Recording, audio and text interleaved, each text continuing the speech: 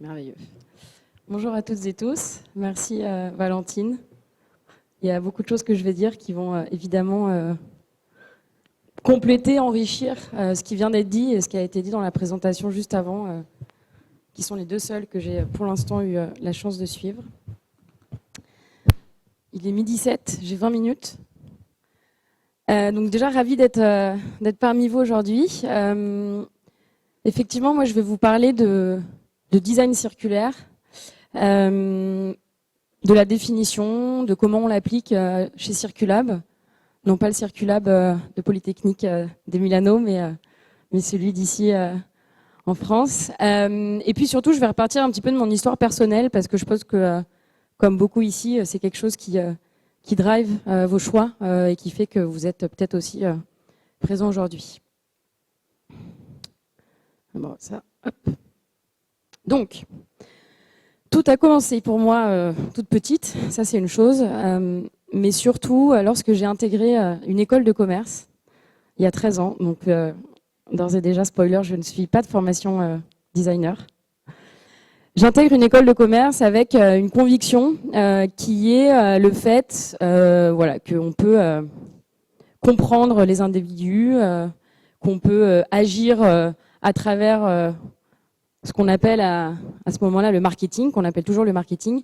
Et en fait, j'intègre une école de commerce en me disant, mais moi j'ai envie de faire du marketing, ça a l'air d'être un outil qui est quand même assez puissant pour vis-à-vis des comportements, vis-à-vis de l'humain, vis-à-vis de la société. Ça me semble être un bon mix entre le monde économique, les sciences sociales, la sociologie. Donc voilà, j'arrive avec cette idée en tête.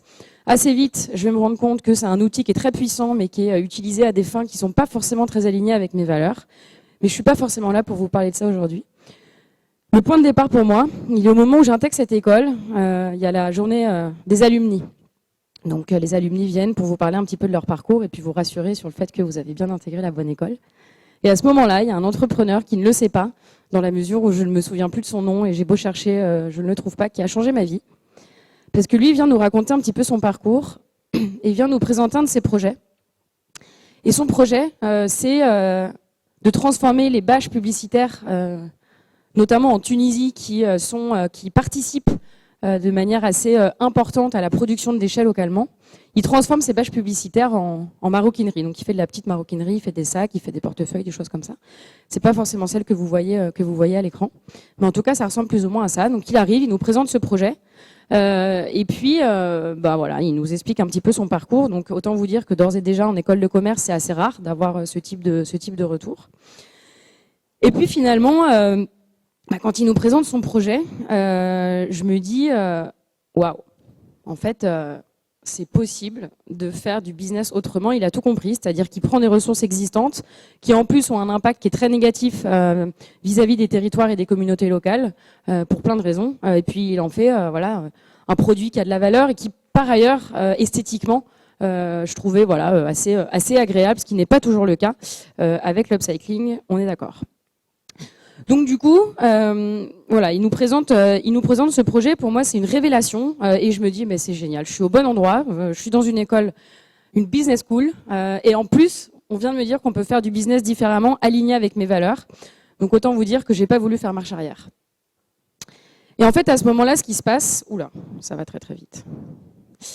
C'est qu'en fait, ça connecte en moi pas mal de mes manières d'agir. De mes, je sais pas, voilà, des choses qui m'animent au quotidien. La première chose, c'est la créativité, le fait de détourner les choses, le fait d'observer ce qu'on a autour de nous, de les transformer, de créer des choses nouvelles, de remettre en question le statu quo.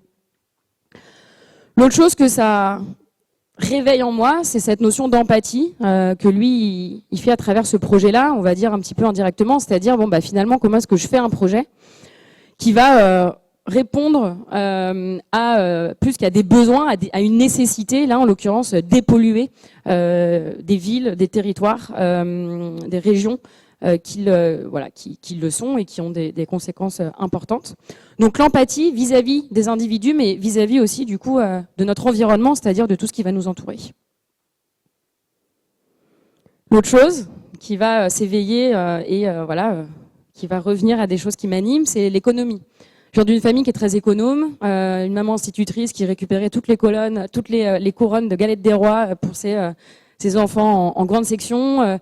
Pour moi, l'économie, c'est vraiment comment est-ce qu'on crée de la valeur à partir de ce qu'on a, comment est-ce qu'on alloue correctement les ressources. Donc c'est créer de la valeur à partir de choses existantes. Et puis l'autre chose, c'est évidemment la création, le fait de fabriquer, le fait de transformer, de donner vie à des services, à des projets, à des produits. Et donc du coup, ces différentes choses, à ce moment-là, je me dis, en fait, tout ça peut être lié, alors que pour moi, c'était vraiment pas possible. Et je me dis, ah ouais, en fait, c'est possible. Et du coup, là, autant vous dire que tout change pour moi. Et puis petit à petit, je commence à me rendre compte, à travers mes expériences professionnelles, à travers les échanges que je vais avoir avec mes professeurs, à travers mes premiers stages, que finalement, moi, ça a éveillé en moi, ça relie la créativité, l'empathie, l'économie, etc. Et qu'en fait, on peut aller beaucoup plus loin.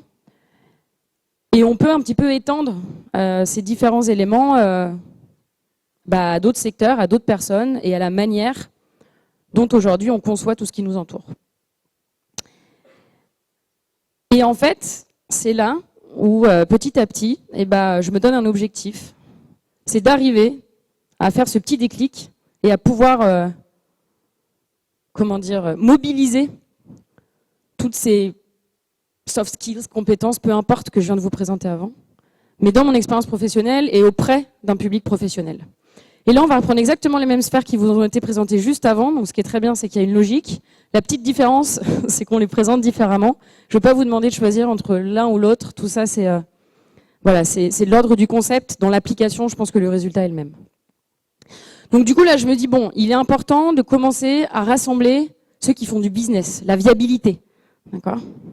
Ça, c'est facile. En général, c'est quelque chose qui va nous guider, qu'on va retrouver de manière assez fréquente dans l'ensemble des projets, quand on conçoit quelque chose, quand on conçoit un projet, quand on le repense même. Mais il faut rassembler ces personnes, il faut rassembler aussi tous les indicateurs de cette sphère-là avec ceux de la faisabilité et de la technologie. A priori, pour ça, il n'y a pas besoin de moi. Ça, c'est quelque chose qu'on fait aussi très bien aujourd'hui. Et puis, je me dis, là-dessus, en plus, ce qui est bien, c'est que moi, au moment où je suis mes études, le design thinking, on commence beaucoup à en parler dans les écoles comme la mienne. Et donc, du coup, là, de nouveau, c'est rassembler ces trois sphères. Là, de nouveau, on n'a pas besoin de moi. Et puis, comme vous l'avez compris, il y a une sphère qui manque, c'est la quatrième. Assez volontairement, on ne va pas parler d'environnement, parce que l'environnement, l'utilisateur, c'est aussi notre environnement, c'est tout ce qui va nous entourer. On va parler de la nature. J'ai toujours une slide d'avance.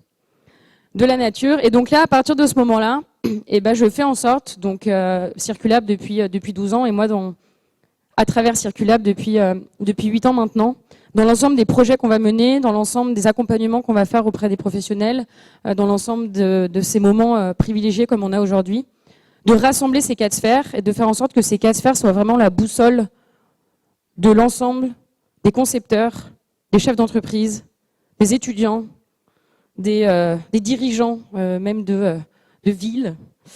Parce qu'en fait, c'est à travers ces quatre sphères qu'on va pouvoir s'adapter aux enjeux du XXIe siècle, qu'on va pouvoir aussi créer des valeurs économiques, sociales et environnementales bien plus intéressantes que le seul prisme financier et richesse matérielle.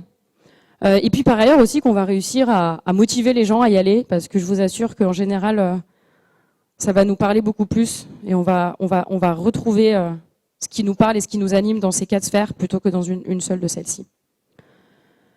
Et donc en gros, de manière un petit peu caricaturale, ça veut dire que si je parle vraiment de rassembler les professionnels, mon métier c'est un peu de rassembler les chefs d'entreprise ou les DAF, les directeurs financiers, avec le marketing, avec les écolos et avec les ingénieurs, quoi.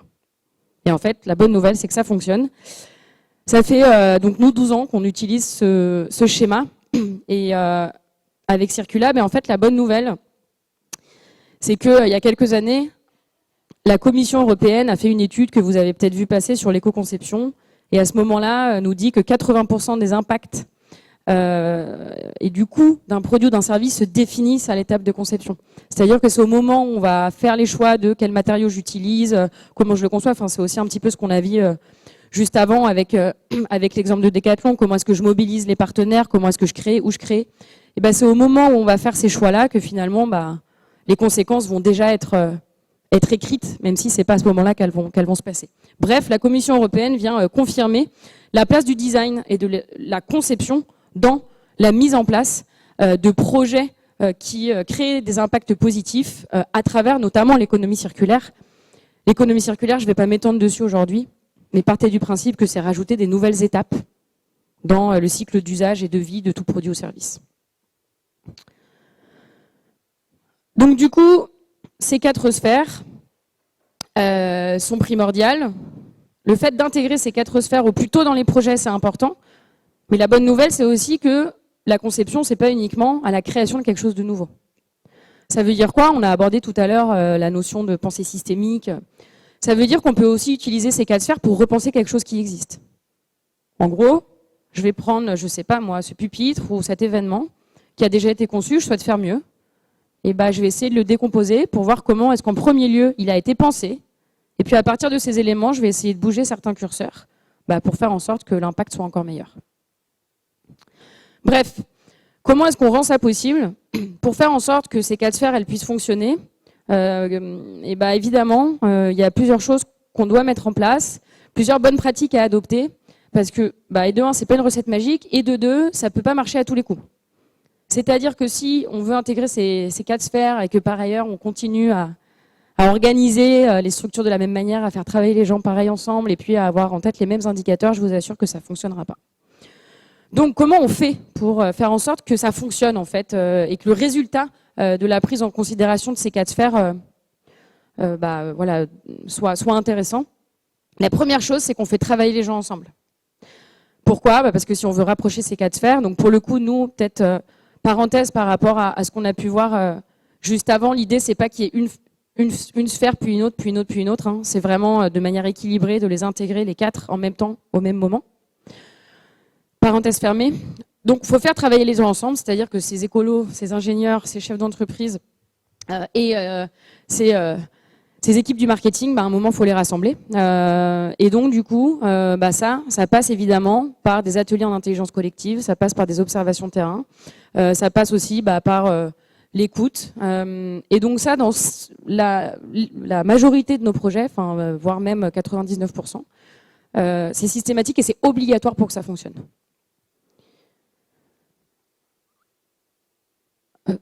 Oh là là. Pardon. La deuxième chose, c'est de pouvoir stimuler la créativité. On l'a compris, on l'a mentionné et on l'a mentionné juste avant. De la même manière que moi, c'est aussi ce qui m'a animé quand j'ai commencé à travailler sur ce sujet. Stimuler la créativité, c'est fondamental. Parce qu'en fait, aujourd'hui, si on veut repenser ce qui existe, qu'on veut qu'il y ait, un futur ou même un présent qui soit différent, il est évident qu'il va falloir penser un petit peu différemment, qu'il va falloir tester des choses qu'on n'a jamais testées et qu'il va falloir aller peut-être chercher nos idées ailleurs que dans ce qu'on a déjà mis en place, parce que sinon on n'en serait pas là. Pour stimuler la créativité, il y a plein de choses possibles. On le verra avec le biomimétisme, rien que le fait d'observer ce qu'on a autour de nous, rien que le fait de regarder comment ça fonctionne dans la nature. Le fait aussi, nous, ce qu'on va faire, c'est qu'on va stimuler la créativité à travers les SI, à travers des exemples inspirants. Faire en sorte aussi de créer des contraintes ad hoc, ça permet de stimuler la créativité. En innovation frugale, c'est fondamental. En innovation frugale, quelque chose qui ressort et qui va être utile aussi dans ces logiques-là. Parce que quand on est dans un contexte d'abondance, vous aurez beau faire ce que vous voulez et demander à quelqu'un, écoute, essaye d'être sobre, ce sera difficile. Voilà. En revanche, quand je suis dans un contexte où j'ai un accès à la ressource, qu'elle soit économique, qu'elle soit naturelle, qu'elle soit technique, qu'elle soit de l'ordre de la compétence, qui est réduit, et là, je vous assure qu'on va arriver à des projets qui parfois sont encore plus intéressants. Bref, deuxième ingrédient, stimuler la créativité. Et troisième ingrédient, pour faire en sorte que la prise en considération de ces 4 sphères soit possible et que la résultante soit intéressante, décidément, je n'ai pas la maîtrise de cette zapette. C'est d'utiliser les bons outils, les bons indicateurs pour nous permettre d'adopter une vue d'ensemble. L'outil que je vous mets à l'écran ici, c'est un outil qu'on a conçu en 2014, parce qu'en fait, quand on a voulu en 2014 intégrer ces 4 sphères à nos projets, on s'est rendu compte qu'avec les outils qui existaient, c'était pas possible. Et donc on s'est dit, bah très bien, on va reprendre ce qui existe et puis on va le transformer, on va pas réinventer la roue.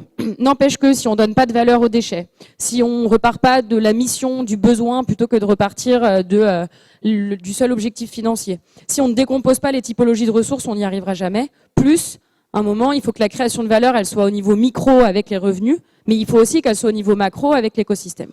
Donc on s'est dit, bon bah très bien, on va reprendre les codes aujourd'hui qui sont utilisés en entrepreneuriat, en gestion d'entreprise, en stratégie, qui sont des outils de modélisation économique. Et puis, eh bien, on va la faire évoluer avec ces nouvelles casse-faire. Ça donne ça. Et cet outil, c'est un outil donc que nous on utilise depuis plusieurs années maintenant et qui fonctionne et qui permet de prendre du recul sur une activité existante pour pouvoir identifier les curseurs à bouger pour faire en sorte de créer davantage d'impact positif d'un point de vue des écosystèmes dont dépend le projet ou le produit, incluant les territoires, les communautés, la biodiversité, et également d'un point de vue revenu. Donc ça, c'est les ingrédients, c'est mon histoire, et c'est également le concept derrière. Maintenant, en pratique, comment ça marche. Donc je vais vous donner l'exemple d'un projet qui date d'il y a 1 an maintenant. Donc, il y a une entreprise de l'agroalimentaire qui nous appelle il y a 1 an, parce que cette entreprise souhaite appliquer ce qu'on vient de voir pour lancer une nouvelle offre dans l'agroalimentaire, une nouvelle offre qui soit végétale, en grande distribution, dans tout ce qui est rayon frais.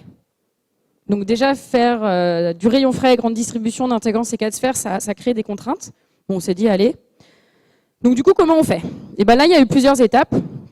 Pour prendre en compte ces 4 sphères, il y a un moment, il faut prendre du recul et il faut connecter en fait le produit, le secteur à son écosystème. Ça, c'est quelque chose qu'on a déjà vu.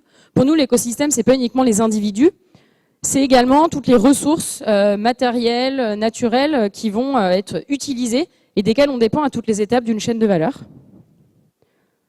Donc, la première chose qu'on fait pour ce projet, écoutez, je vais laisser la slide là. L'étape 1, déjà, c'est qu'on rassemble l'équipe. Il y a un petit truc qui marche bien, on prend 2 personnes pour chacune des sphères. Par rapport aux 4 sphères qu'on a vues tout à l'heure, ça, ce sera notre équipe projet. Donc on va prendre 2 personnes de la responsabilité sociale des entreprises de la RSE, on va prendre 2 personnes plutôt en relation consommateur, on va prendre 2 personnes plutôt sur la logistique, les approvisionnements pour la faisabilité. Donc bref, on sélectionne une équipe projet, 2 personnes par sphère. Ensuite, on va faire une étude, une observation de la chaîne de valeur aujourd'hui, du rayon frais, en France, pour le végétal. Du coup, ça nous permet non pas de définir les besoins utilisateurs, mais ça nous permet de définir les besoins des écosystèmes, en eau, en ressources naturelles, en préservation des sols, et évidemment aussi vis-à-vis des écosystèmes. C'est comme ça qu'on constate que dans le végétal, en France, sur le rayon frais, on a des gros enjeux, par exemple, au niveau de la fabrication, parce que tout va être transformé dans l'usine plutôt que chez le client. Donc en fait, on a plein de déchets d'eau, on a plein de déchets d'épluchures et toutes ces choses-là. Donc il y a un décalage de la production de déchets. On constate autre chose, c'est qu'aujourd'hui, en grande distribution, vu qu'on veut avoir des gammes sur 12 mois, ce qui fait qu'on ne respecte pas la saisonnalité. Comment je fais pour avoir une gamme qui puisse rester là tout le temps, mais en respectant la saisonnalité? Bref, on définit comme ça certains critères, certains indicateurs, et par ailleurs, de nouveau, les besoins pour chacune de ces sphères, incluant l'utilisateur, mais incluant aussi la nature, les compétences, la faisabilité et la partie viabilité. Ensuite, on construit là-dessus. C'est-à-dire qu'une fois qu'on a ces indicateurs et ces besoins, on va mobiliser, comme je le disais, l'intelligence collective à travers un atelier. Donc on a fait un atelier d'une demi-journée avec chacune des personnes que j'ai évoquées avant. Et puis là, c'est dire, ok, en réponse à ça, qu'est-ce qu'on peut concevoir pour cocher ces cases? Et donc du coup, là, on définit des scénarios et puis on fait appel à des choses que vous connaissez aussi peut-être, le design fiction, etc. C'est des méthodes qui sont toujours très adaptées à ces 4 sphères. Et puis ensuite, on ressort avec plein d'idées et puis là, évidemment, on va les mettre en forme, en s'assurant toujours de répondre et d'avoir un équilibre entre la prise en compte de ces 4 sphères. Et du coup, à la fin, on va arriver à des résultats qui sont, selon moi, plus intéressants que si on avait pris l'approche consommateur uniquement. Parce que plutôt que l'étude consommateur qui va dire il faut faire des sushis aux concombres parce qu'aujourd'hui, les gens mangent beaucoup de sushis et beaucoup de concombres, en fait, on va arriver à une solution à la fin qui peut-être, aujourd'hui, sur le marché, il y a peut-être moins de demandes pour ça, mais n'empêche que sur le long terme, ce sera beaucoup plus intéressant parce qu'on va aussi répondre à des enjeux de viabilité, on va répondre à des enjeux de nature et d'adaptation dans le temps, de faisabilité et du coup de désirabilité. Du coup, on va arriver par exemple à des gammes tournantes, c'est-à-dire que je vends une gamme en magasin qui va être dans des contenants qui puissent être réemployés. Et plutôt que de dire voilà votre salade de fruits à la fraise, je vais dire voilà votre salade de fruits fraîche toute l'année. Et en fait, parfois ce sera de la fraise, parfois ce sera autre chose, peu importe. En tout cas, ça va me permettre de respecter la saisonnalité. Ou peut-être que je peux faire à partir des approvisionnements, plutôt que de construire en disant après aux approvisionnements, tenez, chercher des fournisseurs pour tel produit, c'est dire aux approvisionnements, ok, qu'est-ce que aujourd'hui les coopératives avec lesquelles vous travaillez, à quoi elles ont accès, quels sont leurs enjeux, quels sont peut-être les coproduits, les déchets qu'elles produisent, et est-ce qu'on peut construire là-dessus? Il me reste 30 secondes, donc je vais aller très vite. Cet exemple-là, c'est pas le résultat de cette démarche, je vais pas vous partager le résultat final. En revanche, c'est un projet qui est tout aussi intéressant et qui s'inscrit dans cette logique des 4 sphères. C'est un projet, les vergers du Mékong, d'agroalimentaire, ils produisent des jus. Au Vietnam, c'est une entreprise familiale. Donc le monsieur que vous voyez ici est là-bas depuis 25 ans, travaille dans le delta du Mékong avec sa fille. Et en fait, ils intègrent, eux, ces 4 sphères dans leur entreprise au niveau du modèle économique, dans la mesure où ils travaillent main dans la main avec les agriculteurs et les fermiers. Ils les accompagnent dans le passage, par exemple, à l'agroforesterie et autres. Ils prennent en compte l'ensemble des flux, ils valorisent les biodéchets. Bref, ils font plein de trucs géniaux. Plein de choses géniales, pardon. Et en fait, ça fonctionne et c'est une entreprise qui perdure et qui est devenue référente dans la région. Donc, je vous invite à aller regarder ce qu'ils font. Et du coup, pour terminer, dans tout ce que je viens d'évoquer, le design est évidemment fondamental. Le rôle du concepteur est fondamental. Le rôle de chacune et chacun d'entre vous, mais aussi dans les entreprises, est fondamental parce qu'à tout moment où on va prendre des décisions par rapport à un objectif donné, on conçoit quelque part. Mais il y a quand même quelque chose, c'est que tout ça, ça ne pourra pas marcher si on ne fait pas preuve d'humilité. Et ça ne pourra pas marcher non plus si notre intention n'évolue pas. Et à partir du moment où notre intention n'est pas de créer de l'impact positif et d'avoir la meilleure empreinte possible autour de nous, ça ne pourra pas fonctionner. Voilà, je finirai là-dessus. Merci Justine. Merci pour ton intervention. Je vais me tourner maintenant vers le public. Est-ce qu'on a des questions pour Justine? J'en ai une. Merci. Bonjour. Déjà, merci beaucoup pour la présentation. Vous avez pas mal parlé de l'entreprise, finalement. Ouais. Et pour polluer, il faut être deux, donc un producteur, un consommateur. Est-ce que dans vos projets, vous intégrez un petit côté communication au niveau du consommateur pour qu'il comprenne l'impact du travail que vous avez fait? Ou là, vous en avez un petit peu parlé à la fin aussi. Mais... Alors, est-ce que dans nos projets, en gros, on met en place les dispositifs pour accompagner le changement de comportement chez le consommateur, quoi? Oui. C'est un peu ça, plus ou moins la question. Ça, ouais. Alors, non, dans la mesure où nous, notre métier, c'est de penser les stratégies d'entreprise et d'accompagner la conception de projets. En revanche, oui, c'est une composante fondamentale pour que beaucoup de nos projets fonctionnent. Donc, en fait, c'est quelque chose qu'on va intégrer, on va éventuellement formuler des recommandations. En revanche, moi, mon métier, c'est pas de... Oui, pas de faire un plan de communication auprès du consommateur. Ouais, oui, voilà. En revanche, on saurait identifier, typiquement, il y a des choses qu'on sait dire, nous, par rapport aux expériences. Et là, si on revient à l'exemple de l'agroalimentaire que je vous donnais, si vous dites regardez là nos compléments de plats qui sont faits à partir d'épluchures, c'est zéro déchet, achetez-le, c'est sûr que ça marchera pas. Donc en fait, nous, il y a quand même un peu des sortes de je sais pas si c'est des guidelines, mais en tout cas d'éléments qu'on est capable de dire pour que ça fonctionne. En revanche, mon métier, c'est pas de faire de la communication, donc non, on l'intègre pas. Mais c'est nécessaire de le faire, je vous le confirme. Et, ouais. Merci. De rien. Et peut-être juste un point, ce qui est important, là j'ai beaucoup parlé des entreprises, mais tout ça c'est valable pour n'importe quelle structure. Nous, on fait, sur le volet formation, on travaille avec beaucoup d'établissements d'éducation et sur ce volet-là, mais par ailleurs, même sur la concrétisation de projets, l'économie circulaire par le design, c'est quelque chose qu'on met aussi en place avec des villes, des communes. Donc on travaille avec la ville de Paris depuis 3 ans. Et là-dedans, du coup, cette composante aussi de attention, là les entreprises changent, par contre vous faites rien pour que les changements de comportement opèrent vis-à-vis du grand public. Donc il va y avoir un moment, un déséquilibre qui fait que la transformation ne pourra pas avoir lieu, quoi. Est-ce qu'on a une autre question? Je crois qu'il y a... j'ai le micro, merci. Moi, j'ai 2 questions. La première, c'est quelle est la part au début du process de formation des entreprises? C'est-à-dire, comprendre l'intensité des enjeux qui nous attendent et le saut en fait gigantesque qu'on doit faire. En fait, il ne s'agit pas juste de trier de déchets, faire venir les salariés à vélo. Enfin, je pense que vous connaissez l'intensité des enjeux. Et ça, il y a beaucoup de gens du monde de l'entreprise qui ont besoin de l'entendre, de le réentendre. Et parce que quand même, voilà, enfin, à mon sens, ça fait partie. La prise de conscience, elle est assez importante pour vraiment avoir un vrai impact. Première chose. Est-ce qu'on peut s'arrêter? Parce que j'ai une mémoire très courte. Oui. Je réponds à ça Okay. et après je vous laisse poser la ça me deuxième va très parce que bien. sinon je vais. Alors, je suis partagée par rapport à ce que vous venez de poser comme question sur la nécessité de la prise de conscience à deux niveaux. Le premier, c'est que je considère qu'il y a des gens qui font ça très bien. Voilà, et qu'on a accès à l'information et qu'en fait moi ça fait pas partie de mon rôle aujourd'hui.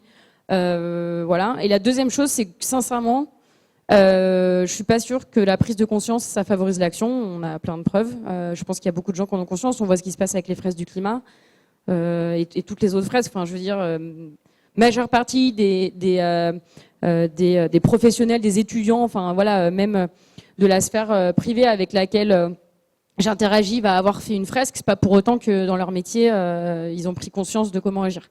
Donc en fait, disons que nous, la prise de conscience, elle va se faire ailleurs. C'est pas tellement de l'urgence d'agir, parce que selon moi, c'est nécessaire, mais ça nous dit pas comment faire.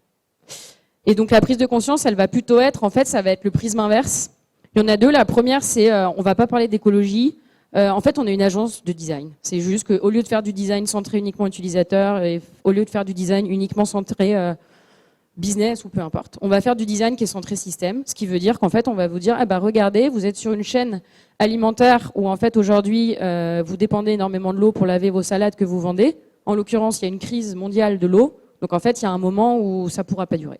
Donc en fait, la prise de conscience, elle va plutôt être sur la dépendance de la stratégie du produit ou du service vis-à-vis de l'écosystème humain et de l'écosystème naturel, pour se rendre compte qu'il est nécessaire d'agir pour plein de raisons. Et en fait, à travers ça, on va montrer en plus, c'est génial, parce que vous allez créer des impacts positifs davantage que si vous aviez eu un prisme qui était purement économique, quoi. Donc en fait, disons que on va passer beaucoup de temps, nous, au début des projets, pour finir de répondre à la question, non pas sur l'urgence d'agir par rapport aux enjeux mondiaux, parce que voilà, de nouveau là-dessus, déjà, sincèrement, nous, ça nous déprime, donc en fait, on sait qu'on va pas réussir à mobiliser. Et en plus, l'autre chose, c'est que les gens sont là, ouais, c'est vrai, il faut agir, et en fait, après, voilà, ils retournent travailler, il n'y a rien qui se passe. Donc du coup, on passe plus de temps sur on décompose, et on va se dire, je vais vous donner un exemple, on a fait une formation pour une entreprise qui fait de la outdoor, donc on va repartir d'un ski, et ok, à partir de ça, design systémique, quels sont les liens? En fait, s'il n'y a plus de neige, on vend plus de ski. Bon, alors du coup, comment on fait pour préserver cette ressource-là? Soit on vous apprenez à développer des choses qui accompagnent, comme on disait, l'expérience sportive différemment, et on fait plus du ski, mais on fait quelque chose sur les cailloux, sur la terre. Soit dans ces cas-là, vous faites en sorte d'être sur un produit ou une expérience qui ne va pas avoir de conséquences négatives, quoi. Donc la prise de conscience, elle va être là-dessus, sur les liens et les interdépendances. Ça répond à la question? Ok. Il y avait une autre question ou du coup, vous l'avez oublié vous-même? Non, j'ai pas oublié, mais je peux laisser la parole à quelqu'un d'autre s'il y a des questions. Il n'y a pas de questions, alors. Vous pourrez me la poser après, si vous voulez.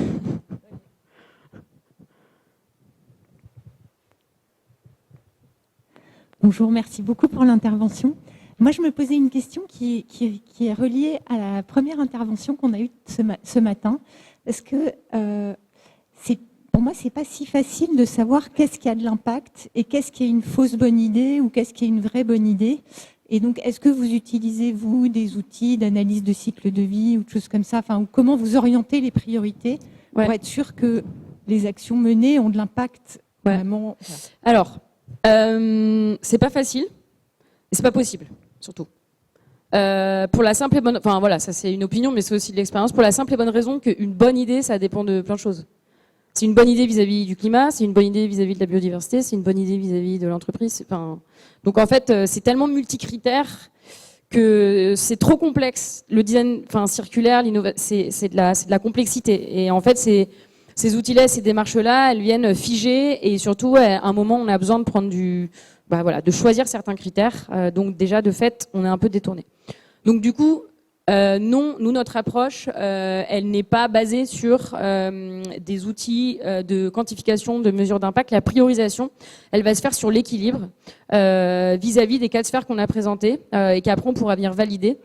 C'est-à-dire que quand on va avoir un scénario de projet qui va ressortir, eh bien en fait, par rapport aux indicateurs, donc aux besoins du système qu'on a définis avant, là qui sont plutôt comme on l'aurait fait en fait en design thinking, où on aurait défini les différents besoins utilisateurs. Et ben là, on va définir les besoins du système. Donc on est sur une approche pour l'instant qualitative. Et ensuite, quand on va avoir notre scénario de projet, on va venir en fait nous assurer qu'on va cocher un maximum de cases et avoir un équilibre dans tout ça. Et ce qu'on va chercher, c'est l'équilibre. C'est pas forcément la solution qui sera la meilleure pour la planète, parce qu'en fait, la solution qui est meilleure pour la planète, elle sera peut-être pas viable dans le temps, parce qu'on ne pourra pas avoir accès aux ressources, compétences, etc. dont on a besoin. Donc voilà. Et par ailleurs, tout ce qui est analyse de cycle de vie, étude de bilan carbone, ça va être très bien pour valider la sphère rouge, qui est la sphère planète. Mais en fait, là, l'exemple que je vous donnais sur l'agroalimentaire, on est allé jusqu'au cahier des charges qu'on a délivré. On a donné les indicateurs de suivi qui permettaient d'aller valider les hypothèses. Donc, il y avait évidemment des indicateurs de suivi sur la partie rouge que le client a pu reprendre pour aller valider qu'effectivement, ça réduit la quantité de déchets, la quantité d'eau. Mais il y avait aussi des indicateurs vis-à-vis, ça répond à des besoins marchés, on a accès à la compétence, on sait le faire dans nos usines. Et en fait, eux, après, ils sont venus valider avec leurs équipes chacun des éléments. Donc voilà. Après, très souvent, suite au projet, il va y avoir des analyses de cycle de vie et autres. Mais c'est pas des outils de conception pour nous. C'est des outils de faisabilité, de mise en place. Donc ça intervient pas au même niveau. Voilà. Et la fausse bonne idée, même nous, on en a peur. Et elle est fréquente, donc voilà, il n'y a pas de... Personne n'a la réponse. Super. Merci Justine pour ton intervention. Merci. Malheureusement, on va devoir s'arrêter là sur les questions.